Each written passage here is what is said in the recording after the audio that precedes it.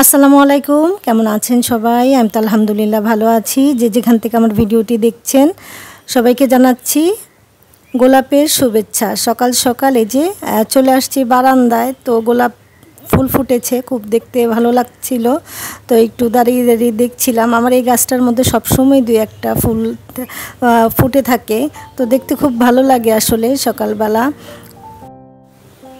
তো এই তো কিছুক্ষণ বারান্দায় দাঁড়িয়ে থেকে যে চলে আসলাম রুমে। এসে যে সকালবেলা নাস্তা করেছি আমি, আর সবাই করা শেষ। এখন তো টেবিলটা একটু মুছে পরিষ্কার করে নিচ্ছি। আর এই যে বাকি কাজ তো করতে হবে এক এক করে। আমার এলোমেলো বাসাটাকে আজকে আমি এই যে সুন্দর করে সকাল সকালে যে ভালো করে একটু গুছিয়ে নিব। আসলে ঘরের কাজ সকালে তো শুরু করি, কিন্তু শেষ কখন হবে জানি না। যতই বলি যে তাড়াতাড়ি করে শেষ করব, কিন্তু একটার পর একটা কাজ রয়েই যায়। তো সেটা আসলে আমরাও যে যারা নারী তারাই কিন্তু আমরা বলতে পারবো কাজগুলো। আর এই যে ওয়েদারের তো কোনো নেই। এখন তো ওয়েদার সব সময় দেখা যায় এই একটু বৃষ্টি কম, আবার দেখা যায় ঝপঝপ করে বৃষ্টি। তো এই যে কিছুক্ষণ আগেও কিন্তু বৃষ্টি ছিল না, তো সারা রাত তো বৃষ্টি হয়েছিল, কিন্তু এই যে আবার এখন শুরু হয়েছে বৃষ্টি। এই যে আমি টেবিলটা মুছতে মুছতে দেখি একদম ঝপঝপ করে বৃষ্টি সাউন্ড পাচ্ছিলাম, বাতাস ছেড়েছে। তো কি আর করা, এই বৃষ্টিতে আসলে ঘরের কাজ তো ঘরে বসেই করি, সেটা তো সমস্যা হয় না, কিন্তু দেখা যায় কাপড় চোপড় শুকাতে খুব কষ্ট। আসলে কাপড় চোপড় ধুয়ে দেখা যায় 2 দিন লেগে যায়। আর আমার আসলে ঘরের মধ্যে কাপড় দেওয়ার অভ্যেস নেই, কিন্তু তারপরেও মাঝে মাঝে যখন দেখি একদম ইমার্জেন্সি মেয়েদেরটা প্রয়োজন হয়, ওদেরটা দিতে হয়। কেননা আমার এই যে একটা স্বেচ্ছাতে একটা গন্ধ ভিজা ভিজা, সেটা আমার আসলে সহ্য হয় না। তো সেজন্য আমি ঘরে কাপড় চোপড় বেশি একটা মানে ইমার্জেন্সি না হইলে দেই না। আর বেডরুমে তো সবসময় ফ্যান ছাড়াই থাকে, সেটা শীত হোক গরম হোক কিংবা বৃষ্টি। কখনো আমি আমার বাসার কোনো ঘরের ফ্যান কিন্তু অফ করে রাখা যায় না। বাচ্চারা আসলে যা একদম পৌষ মাঘ মাসের শীতেও ওরা একদম ফ্যান ছেড়েই শুয়ে থাকবে। তো এই তো কথা বলতে বলতে আমি যে রুমগুলোকে এই যে পরিষ্কার করে নিচ্ছি, আর ঘরের কাজ তো শুরু করে দিয়েছি। এই যে জানালা একটুখানি খুললাম, দেখি একটুখানি বৃষ্টি এখন ছিটা ছিটা পড়ছে, তো ভিতরে আসতেছে না, একটু কীরকম বদ্ধ বদ্ধ লাগতেছিল, তো একটু জানালাটা একটু খুলে দিলাম। আর এই তো চিন্তা করছি কি রান্না করব দুপুরবেলা।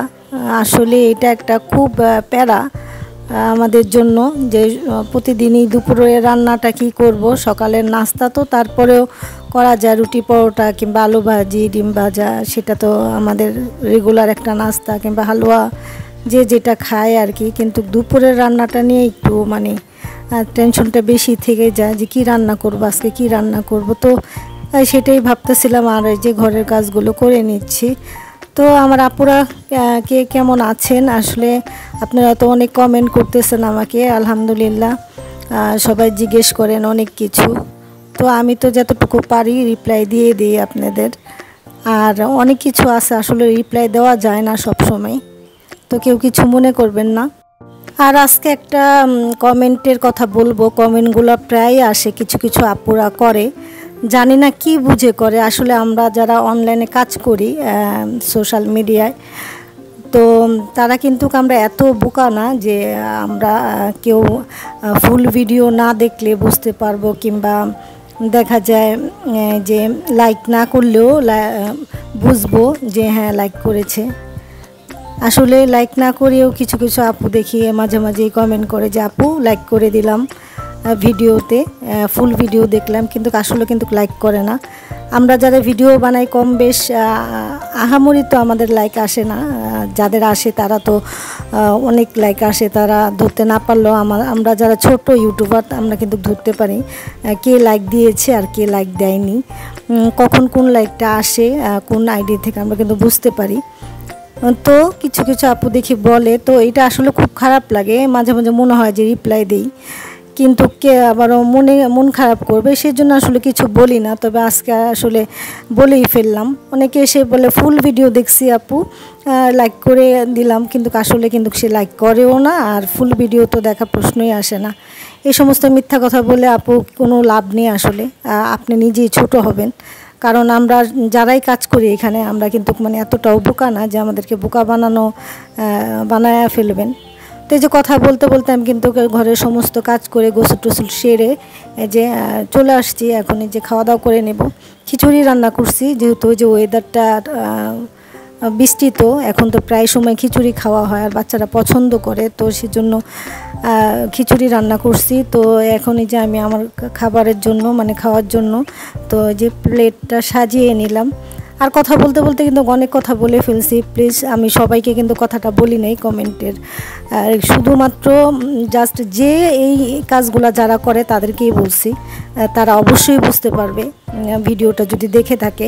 আমি সব আপুদের বলি নাই, সবাই ব্যক্তিগতভাবে নেবেন না প্লিজ। আর ভিডিওর এই পর্যন্ত কারা কারা এখনও আমার সাথে আছে আমি তো জানি না, যারাই আছেন অবশ্যই আপু ভালো লাগলে একটি লাইক করে দেবেন, আর বেশি ভালো লেগে থাকলে সাবস্ক্রাইব করে আমার ছোট ফ্যামিলিটা সদস্য হয়ে যাবেন। আর যারা হয়েছেন তাদেরকে জানাচ্ছি অসংখ্য ধন্যবাদ, যে আপু ভাইয়ারা আমার এই চ্যানেলটা সদস্য হয়েছেন, অসংখ্য ধন্যবাদ জানাচ্ছি আবারও। আর এই তো কথা বলতে বলতে আমি আমার এই যে খাওয়ার জন্য প্লেটটাকে সাজিয়ে নিয়েছি। আজকে বেশি কিছু করিনি, তো যা যা দেখছেন তাতেই ডিম ভাজা, আর এই যে এখানে হচ্ছে আচার আর পটল ভাজা, তারপর লেবু নিয়েছি আর শসা, তো একটু পেঁয়াজ, এই তো এটা দিয়ে প্লেটটা সাজিয়ে নিয়েছি। এখন খেয়ে নিব। তো আজকের ভিডিওটি আর বাড়াবো না, এই পর্যন্তই। যারা যারা আমার ভিডিওটি ফুল দেখছেন তাদেরকে ধন্যবাদ। আবার নতুন কোনো ভিডিওতে দেখা হবে, কথা হবে। আজকের মতো আল্লাহ হাফেজ, আসসালামু আলাইকুম, সবাই ভালো থাকবেন।